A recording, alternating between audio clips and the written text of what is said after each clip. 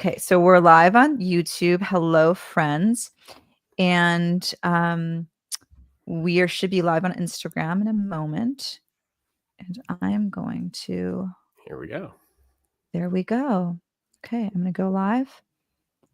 And I'm going to let everyone know. Join us in Art of the Zodiac YouTube all to chat with us. Great. Okay. Hello, friends. Okay. It wouldn't be now we can talk without hello, friends. Hello, friends. I know. It's so exciting to have you, Drew Levanti, because you're getting ready to come to Los Angeles. I am. It's only a little more than a week away. I'm so stoked.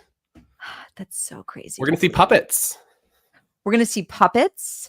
We're going to see lots of other astrologers because you are co-hosting the Los Angeles Astrology Salon, which you're our first out-of-town guest. So I'm really excited about that. Okay. Yeah. And you're giving a workshop, which is really special. Yeah, I'm so excited. It's actually my first presentation on a year, like a whole year. It's one thing to give a talk on this transit or that transit, but the whole year and make it breaking it down for people. I'm really excited for the challenge and the opportunity. I'm really this is the one. I don't know. I mean, there's a lot of things I'm looking forward to, but this is one workshop where I'm just I'm just so excited to be in a safe space, talk about the year ahead. Yeah. Under, with a professional I trust, with people I care about. So I'm trustworthy. You are trustworthy. Put your trust in me. I actually did get a review the other day that said it foregrounded my integrity, which as somebody with baggage around the integrity of spiritual knowledge in my life, definitely a big compliment. And I think one of the things about being an astrologer is that you know some things and you don't know others, and so finding the balance of sharing what you know but not sort of making it giving people enough that they can make it their own, I think is the biggest part, and something that I'm really excited to do in this workshop. I'm really, really excited. And then this is why we're here today. So we're here for people who aren't familiar with you, who maybe are a little familiar with you. We're going to have this conversation to learn more about you, who you are as an astrologer, your background, and also give some teasers to our upcoming workshop on Saturday, December 14th. Yeah. 12 to 3 p.m. Yeah, Pacific. And I think one of the big things to know is that just because you're in LA doesn't mean you can't come, because we are live streaming the event, and everybody will get the recording, both in person and those who come online. So it's today is a really exciting time to get to know me, a Leo moon who loves to be in all these lights. It's crazy. Just in my bedroom, having lights on me, it's a studio. I love it. I have been an astrologer since, I don't know, when did I become an astrologer? I got into astrology at the end of college, 7-ish years ago. And in my Scorpio risingness, I got really obsessed with it, got into some really great sources of astrology through the astrology podcast. And then I took Austin Kopic's class, and then I started collaborating with Kristen Mathis on Orphism and the Orphic Mysteries, and all of that kind of has converged in my practice today, which is, I think I could describe it as a combination of the mathematical, calculative side of traditional astrology with the soulful mysticism of the Orphic lineage that I work with. So I really try to bridge, and I'm guided, I think, in bridging these styles of occultism that seem disparate, but are actually, I don't think, ever were meant to be, right? So when we think about the sort of the shapes of the aspects in astrology, or like how the planets are looking at each other, and the numbers and the degrees and all of these things that seem very mathematical, but when you break it down, have this inherent soulful quality to them. And so I think that my work is to make those languages the same again. Maybe we should talk a little. This is a good. I'm like, oh, you threw me off my questions. For you, what are some of your? You've mentioned these sort of disparate components. You've mentioned studying with Austin, traditional astrology, the Orphics. Yeah, what are some of your biggest inspirations, and like, how do you bring them together? Oh, my biggest inspirations. I mean, the sun, like the moon, like mountains, trees, wind, rain. Like, yeah, I grew up in Washington State, where it's basically sunny like 2 days a year, and uh, that's where like sad grunge music comes from, and there's a reason for that. It's just gray all the time.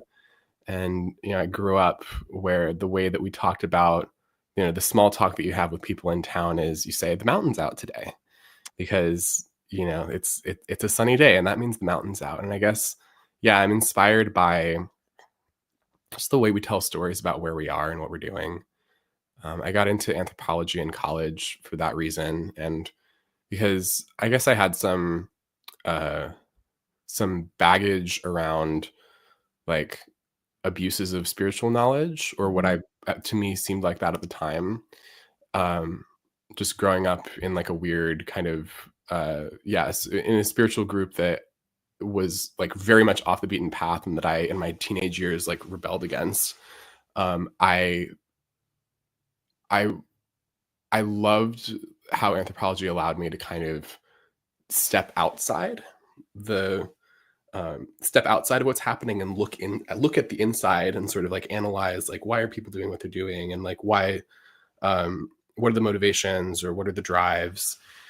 And the really fascinating thing about anthropology and the anthropological methodology specifically is that you, as the anthropologist, you can't just be outside, you have to also go inside.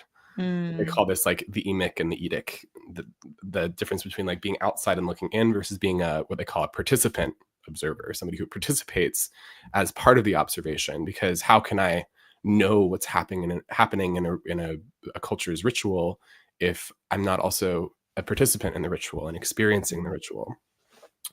And I think that also has inspired my astrological practice, because it's very much similar in the sense that I can go on my computer screen and I can look at the chart wheel, and I can be Edic, I can be like sitting outside and intellectually processing that, but the work really is what is happening, what is actually really happening, what is this dance of the sky that is the ritual that I am within right now, that I am observing and participating in. And so I think the magic of being an astrologer kind of lives in that simultaneity of like knowing, but also being, reading, but also being, seeing, but also being, and being part, right? And, weaving yourself into the world with the knowledge that you have. Yeah. One of the questions I had for you, well, it's a two-part question. How do you think you were called to astrology, or what do you think called you to astrology? And also, what is the role, what do you consider the role of the astrologer, both maybe historically and in current times, for you personally? I think I was called to astrology. I mean, for at least in the scope of this lifetime. I sometimes speculate about what other lifetimes there might be or might have been. But in the context of this lifetime, I was called to astrology because I was born to be, I think, a mystic of some kind, and I was given a lot of tools to do that growing up, but I needed to find tools on my own that I was that I was choosing to use. And astrology became that tool that I sort of found separate from what was given to me by my parents and things like that. So that's how I was called to it, because I needed something to help me do the work that I'm here to do. I do think that people are called to astrology. I think that there's so much in our nature that has to do with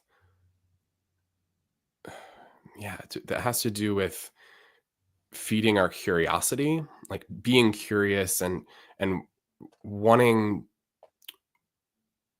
to feel like we're finding an answer.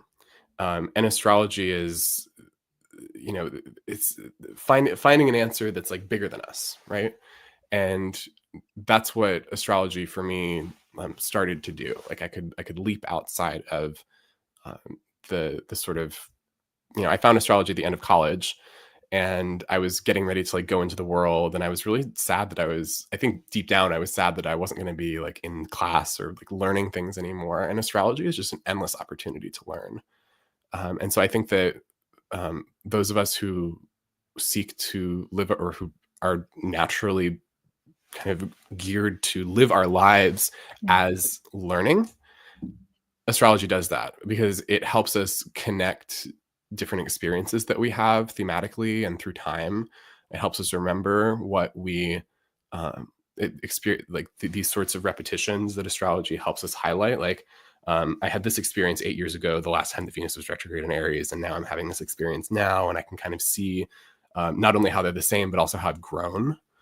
So that's a big part of it. I do think that people are called to astrology, and there's this, I think the people who are called to astrology are the people who live their life as learners. And there are people who live their life as learners who don't feel called to astrology. But yeah, it's a certain kind of introspective learning that I find within myself and within the people that I work with, clients, other astrologers, all of them. And the second part of your question was, what do you consider the role of astrologer, both historically and for you personally? Well, historically, that's hard to answer because history is big. And, and we don't even know how long astrology has been being used. I mean, the first birth charts that we know about are from like the very early BCE times. And there's also, astrology that is before birth charts, right? So we know about political astrology, like astrology used for statecraft, astrology used for determining when to plant the crops, astrology used to erect buildings and cities and tear down buildings and attack cities. And it's a fascinating history that our discipline has. And I think it's especially fascinating to read alongside like the birth of an idea of subjectivity or an idea of individuality. And that really doesn't come, I mean, I'm probably a little bit out of my depth here, but there is a new notion of what it means to be an individual that comes in the Enlightenment, like in the 1700s and onward. And it is around that time that astrology falls out of favor, which is interesting. Like culturally, astrology falls out of favor when we are, coming up with this idea of rationality and empiricism, like testing things to know what is true. And it's ironic because the astrologers that I know are very empirical, right? Empirical just means experiential, right? It's like you base it on something that you've experienced. And this sort of empiricism that was, or that kind of gets touted as non-astrological is a sort of like mathematical empiricism, I think. But astrology is super well suited to, to reason, to this idea of like, I'm an individual who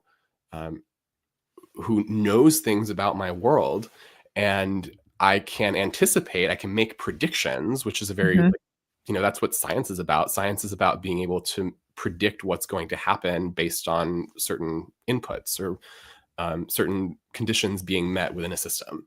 And then you can, based on what's happening in the system, you can predict what's going to happen.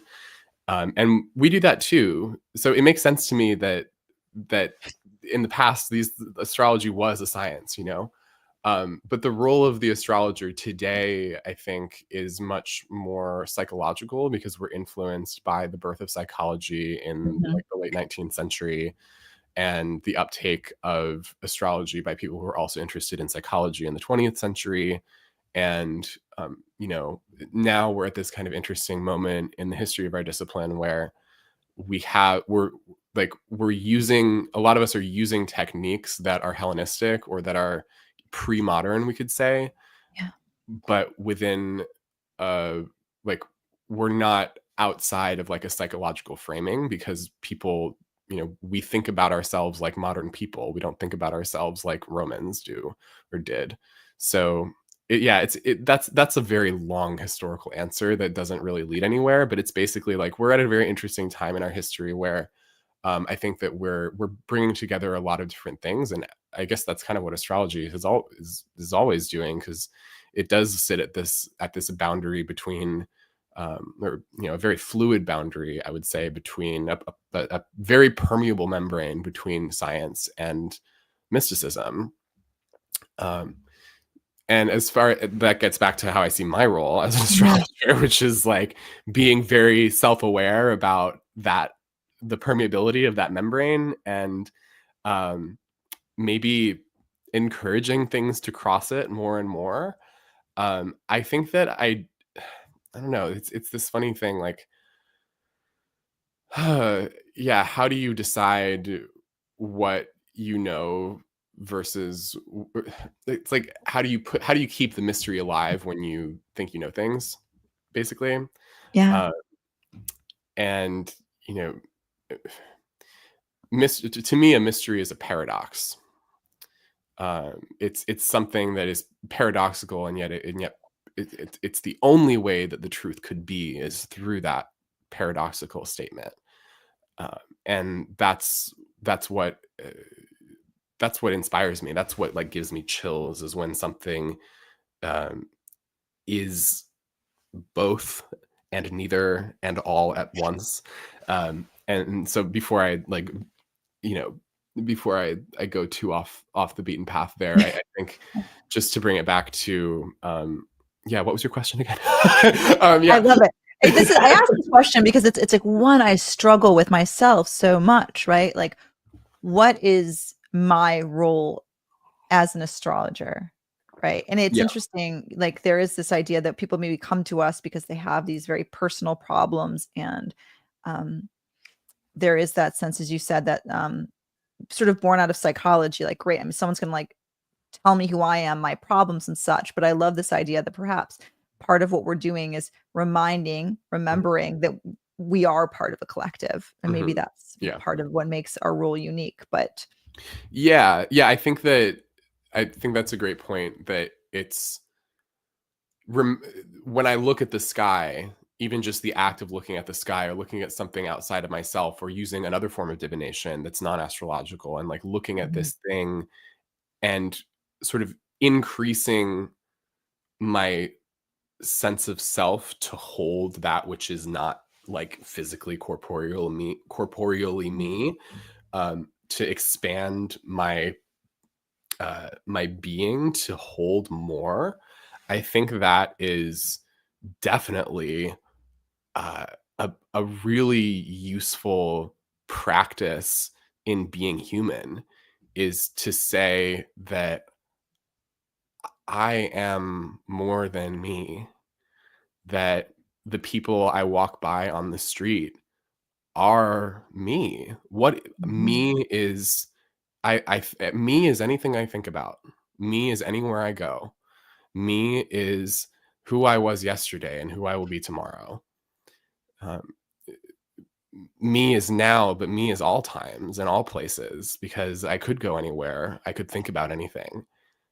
And so I think that being an astrologer, in expanding ourselves to the scale of the cosmos, is a practice, can be a practice of the deepest form of empathy, because it takes us to the largest scales. Mm. It's a really gorgeous way of putting it. I mean, what's reminding me is of my next question, right? Like I took God, it's been a few years now. The class you teach with Kristen Mathis, the You took Orphic. that? Yeah, Oh my I did. God. I was The first very one. quiet. Yeah, that must have been it. Okay. Yeah, I didn't know. Very quiet. I Didn't know took that because I remember I was in Morocco for part of it, and just like I go through periods, I don't know about you, where I can get real burnt out in studying astrology because it can feel very formulaic. Yeah. But that particular class, and I'll let you talk about it, right? Like experiencing learning about the Orphics really rejuvenated my study. Like, oh, I'm part of a living cosmos. And I think about your work like that. And it's helped shape the way that I think about my role as an astrologer, not someone who can just like help people navigate hard times. Like therapists are really good at that, but as someone who can maybe help clients remember that we're part of something bigger. So Yeah. maybe with that, could you tell us a little bit about who the Orphics were, how they've inspired you, and maybe a little bit about that class? Yeah. So the Orphics, it's sort of like saying the Greeks, like who are we Yes. talking about? And so it's a really good question, actually. Um, Marsilio Ficino, the Italian Renaissance philosopher, was by all accounts an Orphic. I'm not sure I use this as a counterpoint because he was, somebody in like the 15th century in Italy. Yeah. But Orphism as a movement is, I would say, transhistorical. Like we are Orphics today, and Marsilio Ficino was an Orphic in the 15th century, and many artists have been inspired by Orpheus, the mythological figure, the mythological first poet and musician. He played the lyre, and so Orpheus is Orpheus is akin to a muse. I think his son is actually named in mythology is named Musaeus, which muse, Mm. and Musaeus is the one who is said to have written down the 87 Orphic hymns, which each of them is a song or poem. We read them as poems now, but they were originally set to music. And we don't know what the music sounded like exactly, but we know that it was sung to a lyre. And those Orphic hymns, each of them was dedicated to and invoked a god or natural force. So you have like the Orphic hymn to Zeus. You have the Orphic hymn to actually many kinds of Zeus. You have the Orphic hymn to Zeus of lightning. You have Orphic hymn to Zeus of thunder. They really loved Zeus, the Orphics. We have the Orphic hymn to Aphrodite, or Venus. If you sit down at your Venus altar, or at if you sit down with a bouquet of roses, it might be nice to read the Orphic hymn to Venus in our times today. But as far as who the Orphics were, usually when people ask that question, it's trying to sort of imagine like who were the first practitioners of or first followers in the cult of Orpheus. And I think there's a kind of bias to like it's what I would call like a Knights Templar bias, if that means anything to you, of like these guys or these people or these girls like sitting around in a room and deciding like what will the practice be, Yeah. But it's actually so much more. I think, as with anything historical, it's actually so much more iterative and interesting than that. Yeah. That people add over the course of history. So Kristen and I look at her research and other scholars places Orphism as being born around 500 BC. And that is when she thinks that the hymns were first written down. It's I think very likely that there have been different versions of the hymns at different times. There's a whole interesting, even contemporary tradition of how it's decided, like what gets written down in the hymns based on like different manuscripts and comparing things across different texts. So, but the Orphics, there's different periods in the history that are really interesting. Like, you have to imagine that this is all happening in a very what scholars would call like a syncretic environment, meaning that there's a lot of cultural exchange happening around the Mediterranean at this time. You have Alexander the Great's conquest in 323 BC that brings Greek culture, like it really brings it like into Egypt, for example, and so that mixes with like local Egyptian religion, and so there's all of this exchange happening. But even from Turkey, what we call what's that word? There's a word for that area. So whatever. I'm not a grad student. What is it? Anatolian? Anatolian. Yes. Anatolian. Like I'm like the Ottomans. Like don't. Right. No. Like Anatolian. Anatolian influence, and actually, like there's some ideas that the mythological figure of Orpheus is actually like was first emerged as a way of kind of capturing the cultural influence of Anatolia to Greece. So you imagine like Turkey is like just east of Greece. Yeah. And so you have like migrants bringing this kind of interesting music, this like Eastern music with like different modes and different sounds, and that there's a magic to it. And Orpheus is also very much a figure associated with magic. And the magic of dance, the magic of ritual dance. So that's a little bit about the Orphics, but the point I was trying to go there in terms of the cross-cultural exchange is that that a lot of the people who transmitted Orphism or the Orphic hymns were travelers. Mm-hmm. Which like travelers between different cities, people who were going around with songs, people who were offering songs, offering medicine, offering stories. It's such a fascinating history how the hymns must have been. You hear this song and it's about a god, but it's about a god that is kind of like the god that you know from your culture. But then you get this text called the PGM where like all of the gods are listed, and like it's like to the Greeks you're Apollo, and to the Egyptians you're Ra, and like all of these different gods get kind of mashed together. And so it is out of that cross-cultural milieu that we actually get Hellenistic astrology. And in those texts, they're not referring to like all the different gods. They're using like a more kind of set order. But why this history is interesting and important for our practice today is that, I can say for myself, when Kristen and I when I got involved in Kristen's research, like shit was happening. Like I didn't know what it felt like to be pulled into something by either my guides or a god, but like experiencing the god as you see written down sometimes. Yeah. It's like astrology, when we're doing astrology, we are doing god work, or we can be. I think that more people are working with the gods by doing astrology than realize that they are doing so.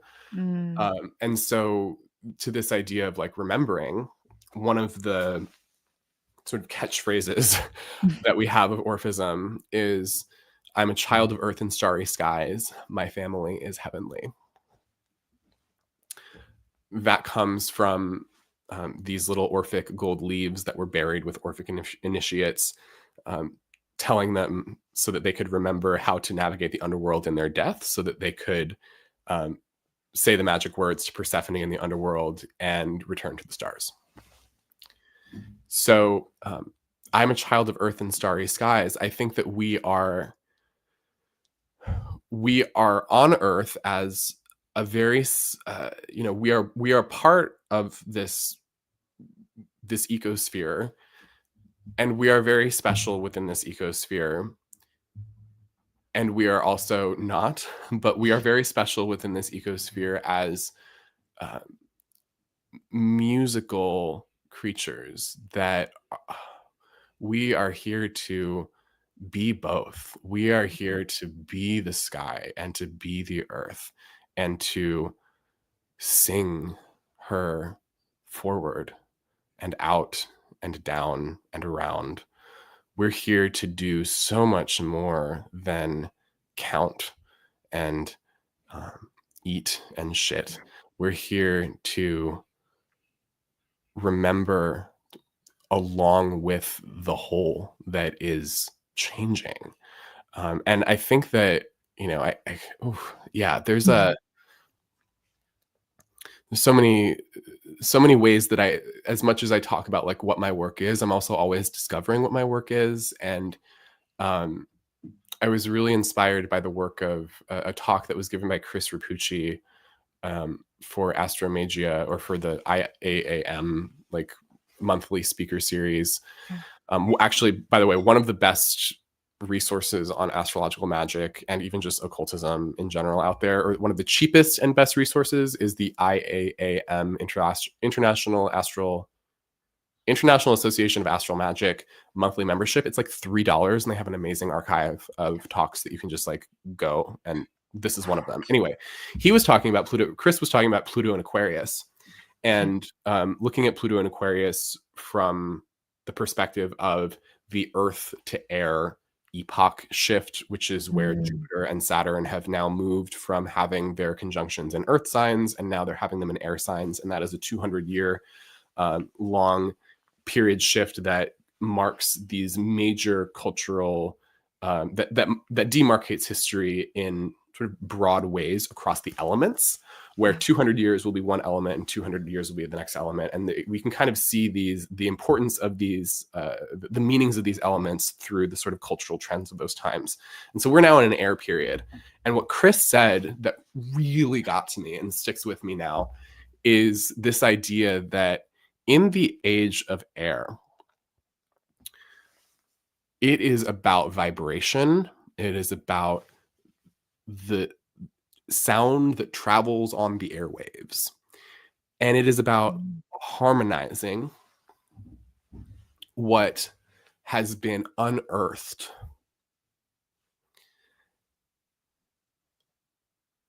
If you think about everything that's happened within the last 200 years for the Earth, let's just think about fossil fuels for a second. Yeah. All of the dead beings that were underground, where they should be, the underworld. They were in the underworld, and now they're in the air. And I think that so much of the chaos in our world is because we're possessed by the dead. And as astrologers and as mystics, what we're doing is we're singing them to sleep again.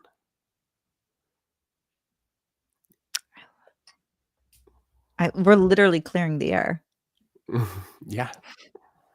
I never thought about it that way, but that makes so much sense, because we think about the volatility of air. It is sort of like a haunting. Yeah. Or it is, in this case, literally a haunting. Right. It comes from Earth and now it's in the air. And so when we offer our work, when we talk to people, we're not ever just talking. Again, it's this idea of like, who is me, right?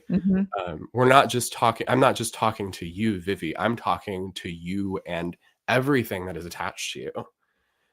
And through this harmony that we can find, it's not about being detached from, but it's about coming into a wholeness. And yeah, that's what I think this is all about. How, when you started this particular leg of your work, working with the Orphics, how did that change? This is a very simple question, but how did that change your consultation practice and the way that you interact with clients?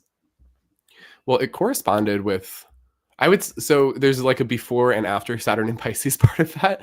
Sure. Saturn went into Pisces in March of 2023, and it was around that time that I started to like feel things in readings in a way that I hadn't before. Like I could feel, it's cheesy to say, like something else took over kind of thing. Yeah. But it is, I think that I've become more comfortable in serving clients by like disappearing, and like doing that other thing where there's a message that needs to be delivered. And it's almost like the astrology portion of the reading is like setting up those moments. And I can't say that it happens every reading. It's not on demand, and I don't know if it's going to happen or not, but it comes in these messages that are, it's like your favorite song that you've known for 20 years, and it's not just your favorite song when you were 16, but it's your favorite song when you're 30, and what it means when you're 16 to you and what it means when you're 30 to you is completely different. And that's sort of like why it's your favorite song, is that it can hold all of these different meanings. That's what these messages that come through are like. And a lot of times I know, a lot of times it's the person also, I've had this happen where like it also registers for the person, like, oh, that's going to mean something to me in 10 years, right? Like, and it comes from the chart, but it also doesn't come from the chart. It's really wacky and hard to explain. So I guess that's the long and short of that is my sessions or my client work is more mystical now.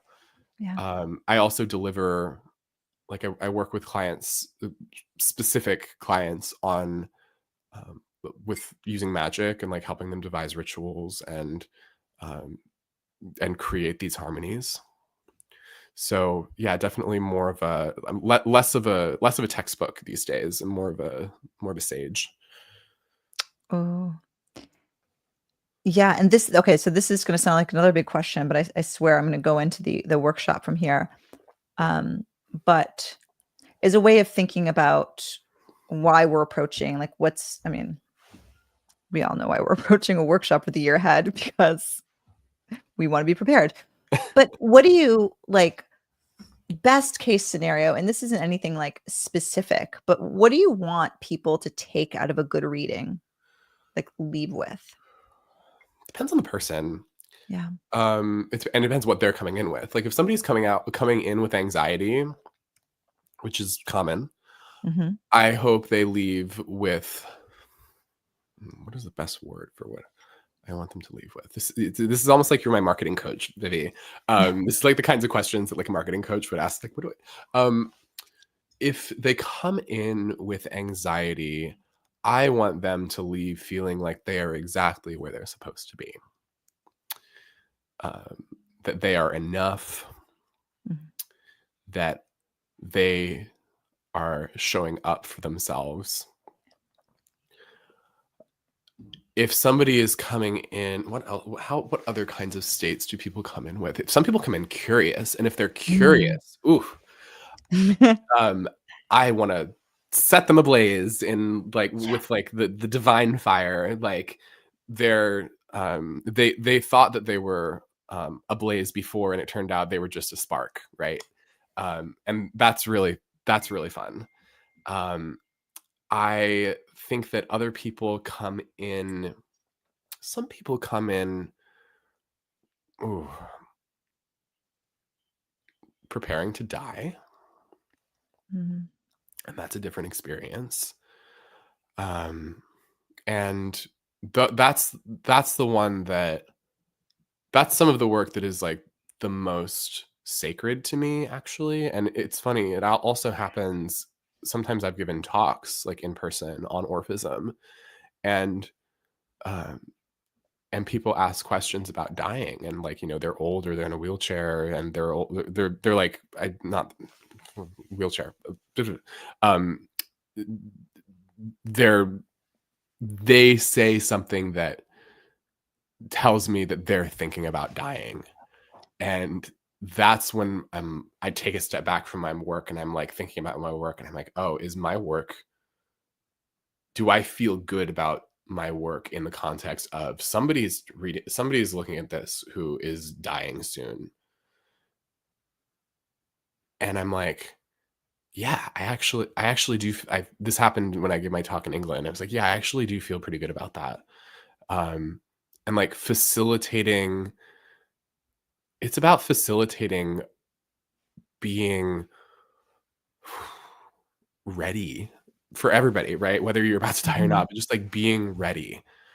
And being ready doesn't mean that you know what's going to happen, because I think that thinking that you know what's going to happen can, this gets into like conversations we've had in the past about prediction.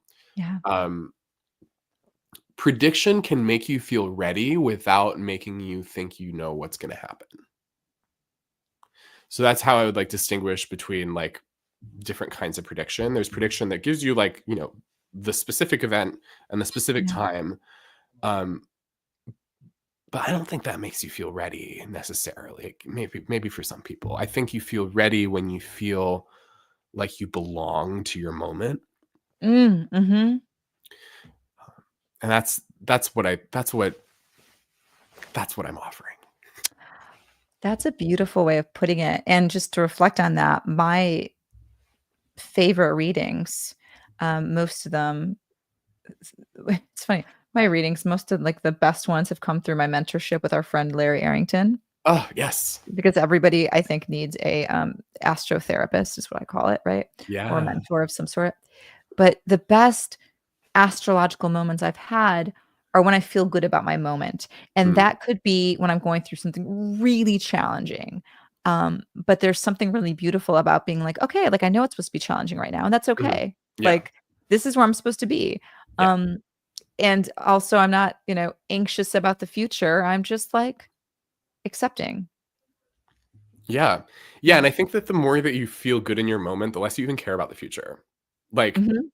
um, I think that most people who get into like looking at their transits 2 and 3 years out are people who aren't happy right now, Mhm. and like, or not even happy, like, or who are just distracting themselves from now.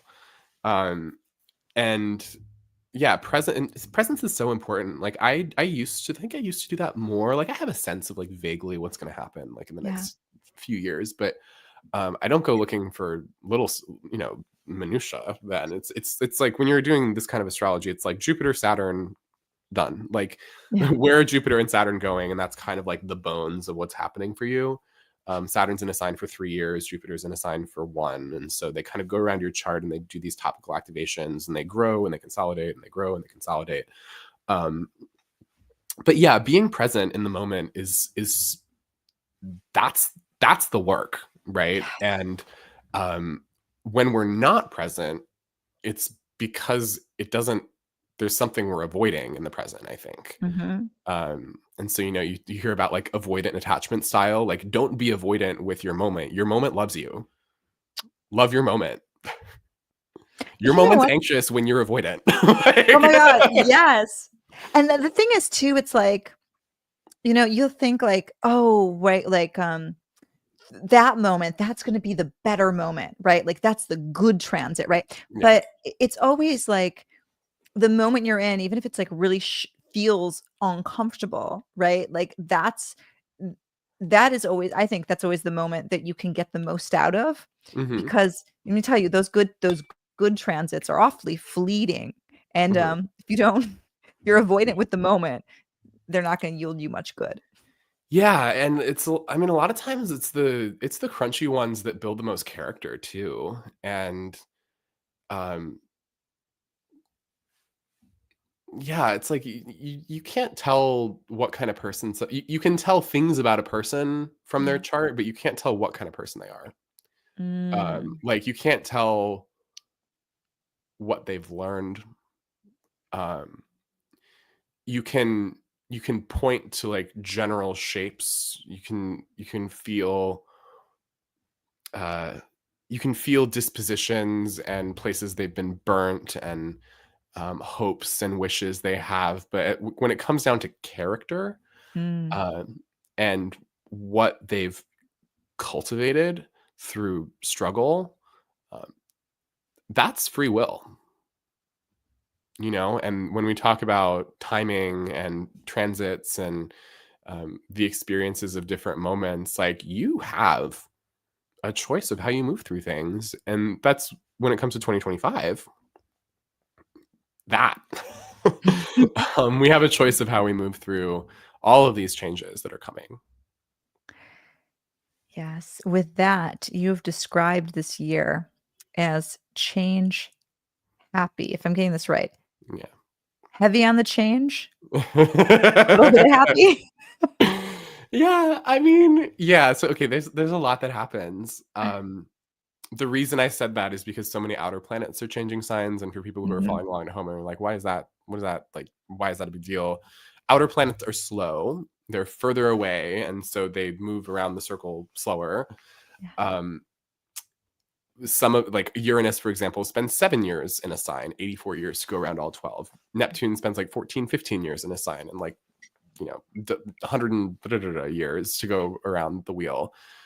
Both of those planets are changing signs this year, and so is Saturn, which is every 3 years in a sign, and so is Jupiter, which changes every year. But because of all those changes, what it means is that there are new seeds planted this year that are going to last for different amounts of time, but they're all long-term things. And so when we think about, like, possibility and um, just the sort of, you think about what's going to be different at the end of 2025 than it is now, it could be a lot, for collectively and as individuals. And I think that being in the air epoch that we're in right now, we actually are dealing um, with more gossamer threads than we did in the Earth epoch. There is more give and there's more pull Okay. that our energy has. And so I think that we're in a time where everybody wants food on the table, everybody likes to have a little money in the bank. But when I invite people to think about what better means for them, I think that the answer at the end of 2025 might be a little different. I think that better is going to be more like, what what kinds of, what feeling do I have, in a way? And it's our material existence still is going to matter. But I think there is something else coming. I mean, astrologers are, I don't think any of us know what the fuck is happening, because like so much is changing this year. It's really hard to wrap your head around. Like, I just want to make that clear to people, like, the amount that's changing. Your turn. Yeah, I mean, I think what I'm hearing is there's going to be a real shift in a change of priorities by the end of this year. And it's almost like one of those instances. I mean, you think about these like big moments in history where technology changes so much, right? The world around us is changing so much. It's like we can't even sort of anticipate what we're going to be like at the end of it. Yeah. And it seems like one of those years where it could feel at times really difficult, really confusing, really overwhelming. But the sort of benefit is we maybe come out again with a new set of priorities, a new way of looking at the world that we can't even imagine right now, right? That sort of change in perspective. Totally. Yeah, I think it's a great way to sum it up.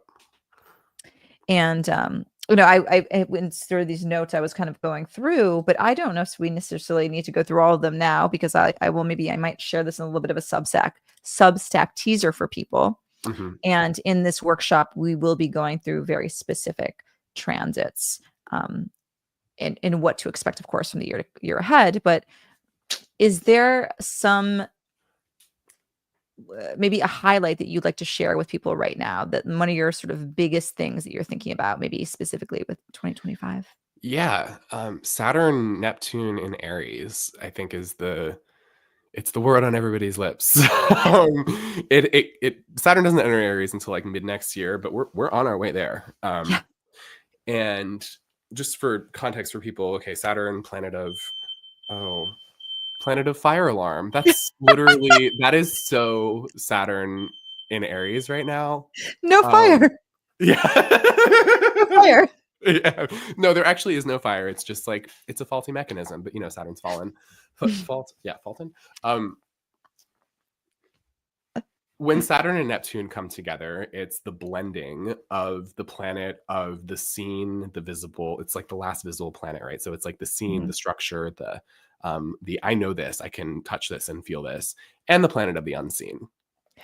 Neptune is the invisible, the mystical, the unknown, capital U.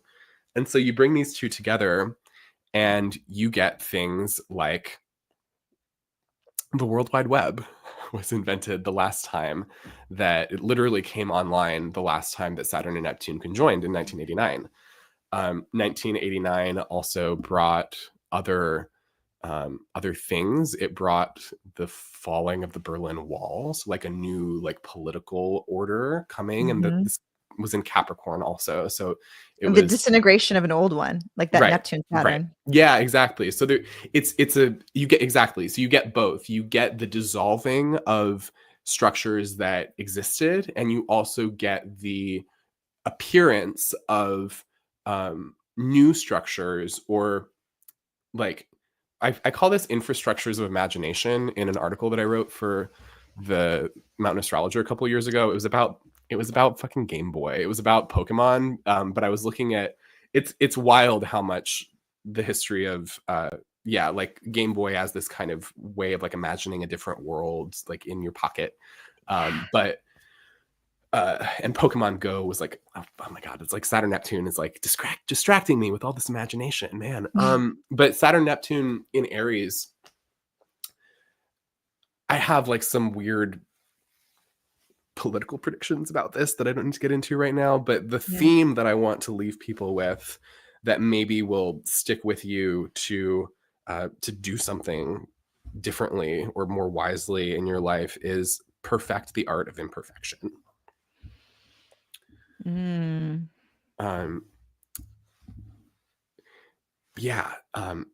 Virgo has the perfectionist archetype to it, but Aries is a close second, or maybe even a mirror image equal. And you know about this. So being oh my God, it's like you just want it to be perfect. You want to get it right the first time, and you want to go on that hero's journey, and you want to live that perfect hero's journey. You want it to have to hit all of the notes, and you want it to be the first time. Yes.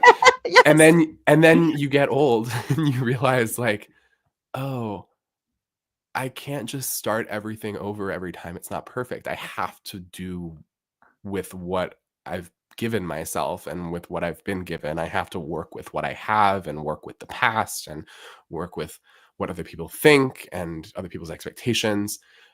And that's, I think, what good Saturn is bringing to Aries is it's like, bitch, this is it. Like you can't start this one over. The climate is changing, or it's happening, right? Like time to decide how to deal with it, right?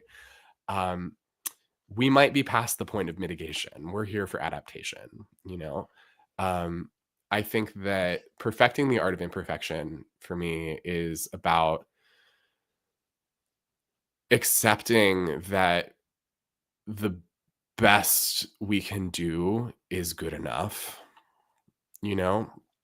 And it's actually really beautiful to just try and to not despair. The best medicine for despair is effort. Oh, I love that. I think I think of the Aries energy of like, it's all just a test, right? We're all just like, it's a sprint, and then there's another sprint and another sprint. And like, but like when you have to admit, no, it's okay. Like this is the thing. and I'm going to keep going forth, even if I didn't get it. Like, even if it started with maybe an opening that feels a little shaky, that we're going to continue on. That sort of perseverance that Saturn brings. Yeah. Yeah. And I think it's also, the perseverance, the Saturn in Aries, like it has to persevere because, I mean, Saturn brings that persevering energy to Aries for sure. Yeah. Saturn is Saturn wherever it goes. I think it also is a good energy for experimenting. Saturn Neptune is really good for experimenting. Like, what if it worked, you know? And so Saturn Neptune are going to be in a sextile with Uranus and Gemini. And so I think that also helps to be a bit weird with the kinds of things that you accept as possible and the kinds of projects that you embrace as possible, and that maybe this is worth my energy, even just for a little bit. And maybe it'll kind of surprise me that I see potential there, right? Or that after this first or second attempt, oh yeah, that did something. And that could be as simple as like a way of interacting, you know? It could be as simple as how you choose to greet somebody, and how you it's in these small ways. In Aries, I think Aries is a lot about bravery. And I think that we're entering a world where courage is required. And start now, you know, like, what are you afraid of? What are the small ways that you're afraid? And what would it look like to be courageous in those settings? Because we're going to have 3 years of Saturn and Aries to be really good at testing the bounds of our courage. Saturn, when you're saying this, I'm thinking about, again, I think of Saturn as that force that's like, but not yet, right? Like, hold still, keep going. Right. And it also makes me think, coming back to this idea of like, perhaps at the end of this, we're going to all have a different idea of what courage looks like. Like, I know, like, an Aries, I feel like I have these ways, like, I'm courageous all the time. I can like be sort of heroic, and like, I think I'm helping people, and like, I just want to like, you know, do it all myself, right? There's these ways that in which I think about like courage. For an Aries, delegation is the most courageous thing. I'm sorry, you're making a great point. Yeah, exactly. These ways I think I'm like, yeah, I know what courageousness is, but really, right? Saturn says, but no, like, what is courage, right? I think the Saturn part is what brings us to go, shit, you know, at the end of this, I'm going to have a whole different experience of what I thought I was I was capable of. Right. Yeah. Saturn really likes to define things, right? And Neptune likes to obliterate definitions. So there is this kind of, there's two things happening in Aries right now. We're defining the Aries thing. We're defining individualism, but we're also dissolving individualism. We're defining courage, but we're also dissolving courage. And so it is a contradictory thing in a lot of ways. And I think that that's okay, right? Like, people are contradictory. We all have contradictions within ourselves. And I think the more that we're able to kind of like hold that, like, yeah, you know, I say one thing and I do another sometimes, like, I'm full of shit a lot of times. That is humbling. Contradictions are humbling. And I think Saturn in Aries is also very humbling. People who are about to have their Saturn return in Aries are about to know. But it's a beautiful thing to be humble enough to do something, you know, like, yeah, like, do anything. Don't do nothing. That's the Saturn and Aries wisdom for the night. Oh, I love it. Last part of that to build on. I think that's great wisdom to end on. But I have to say, we were talking earlier about, you were specifically talking about the move into the air epoch from Earth, and sort of confronting the spirits in the air, the sort of this haunting. And that makes a lot of sense too for the Saturn Uranus, right? Like, confronting the unseen in a way, things that we thought, right? Like, or even thinking about Neptune and Pisces, of what we thought was maybe imagined or in the dream world, suddenly entering the Mhm. sphere of reality. Yeah. Yeah. I think there's something definitely, is Saturn, Neptune, and Aries like an angry ghost? That, like, how do you respond to somebody who's just old and cranky and hates you in that, like, they actually don't hate you, they hate something else, but Yeah.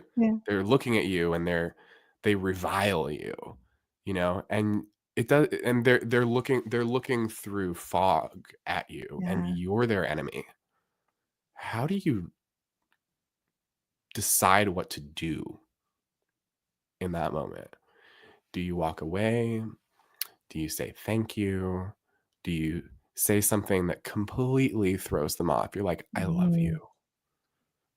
Mhm. Like, we are on all sides of everything right now. We are looking people in the eye. Actually, we're not looking people in the eyes. We think we're looking at people and we think we know what they are about and we think we know who they are and how they're terrible. And we haven't got the slightest idea what's inside. And we don't need to, right? We don't need to Mhm. find out. We don't need to do the effort of like going in there. But before we reach for aggression, remember that Saturn, Neptune, and Aries, right? Who's the real enemy here? Something much bigger than us. Yeah, and much bigger than that person with their rage. And yeah, probably not the safest thing to be around that person, right? Maybe I should just turn around and go. But I think that we will have many opportunities to decide what to do in situations like that, where we are reviled and um, we decide.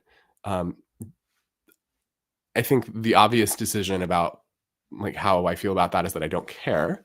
Yeah. But maybe with the Neptune part, maybe I do, right? Maybe it doesn't maybe it's not personally hurtful, but it is kind of collectively hurtful, and maybe that's where the it's like, what song am I going to write about that person? Like, on a very literal level, my first response to that was patience, right? Hmm. Whether you're walking away or you're choosing just to, like, stare at them and hold space, there's a certain amount of non-reaction, which again Yeah, feels like the Saturn part.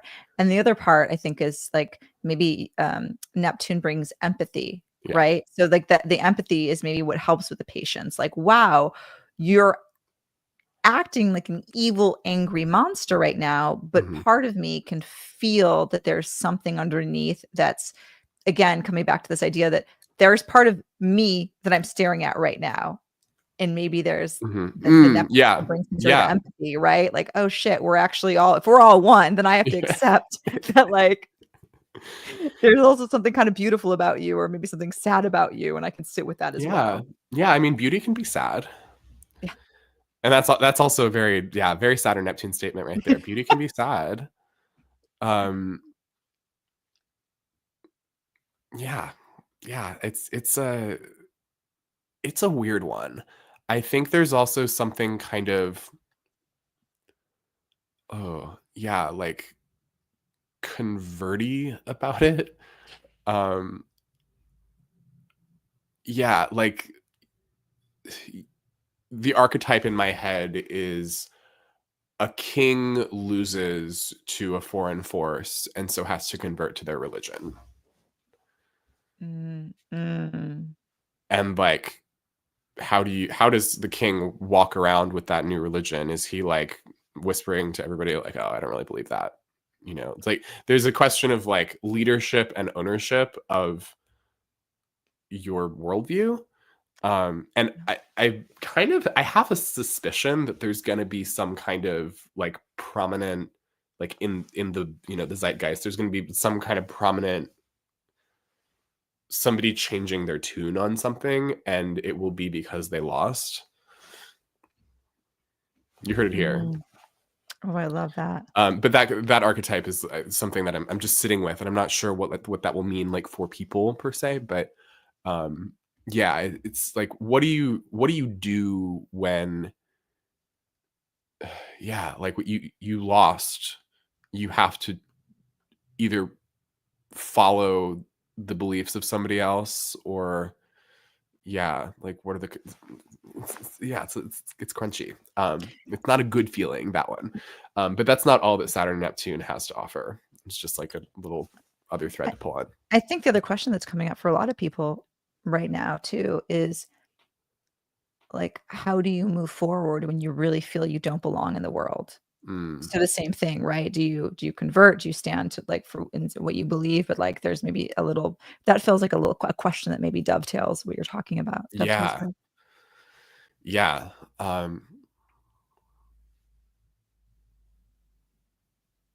Yeah, there's yeah, and what to cloak, you know? Like how much do I hide what's hurting? Versus like covering it with a Neptunian glamour. How honest am I going to be? And that's where the Jupiter part comes in. Like Jupiter in Cancer is going to be a very pro honesty, but also very pro safety influence. So, and that's a big story of the year, is like Jupiter square Saturn. So I'll probably leave that one for the workshop. Ooh, a quote that's coming up that feels like it's relevant to all of this, maybe a good place to end, is I was having a conversation with Dennis Bartok, whose last name I always feel like I'm mispronouncing, but is the director of the Philosophical Research Society. And he was telling me a story, and I can't remember who he was talking about specifically. We were definitely talking about Werner Herzog, but I think this quote comes from someone else. But the quote was, and I'm paraphrasing here, is if you wear the mask long enough, the mask adheres. Yeah. And that really makes me think about that feels really relevant for what raises the stakes of authenticity, doesn't it? Yeah. Yeah. Well, and it also raises the like, some masks feel realer than what's underneath. You know, maybe I want that mask to adhere. That's really interesting, Vivi. Right. And so this idea of like, you know, when you're navigating sort of like, do I choose to wear the mask? Do I choose to wear the cloak? Be sort of very careful, because you may end up with a mask you can't remove later. Yeah. Ooh. Just remembered a bad trip. Sorry.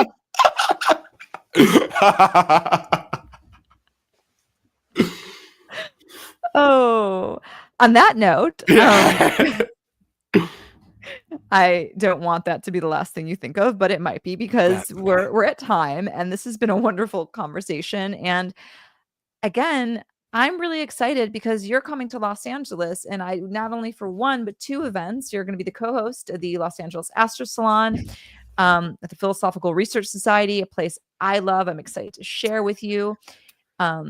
My favorite place in all of Los Angeles. And you're going to be doing a year ahead workshop, of course, which we will be streaming live to everybody. So if you're not in Los Angeles, I'm sorry, but you will also get to enjoy this wonderful workshop too. Yes. So the link is somewhere. The link is definitely in my bio. Yeah. And it'll be great. I'm so excited to be in person and with you over there, wherever you are. I know the link is in the YouTube bio, and it's like all over. So links everywhere. Amazing. This has been so fun. So much fun. I loved it so much. And I hope you have a beautiful evening. Thank you. How do we stop? We're going to say bye. Bye. All at once. And I'm going to say end stream.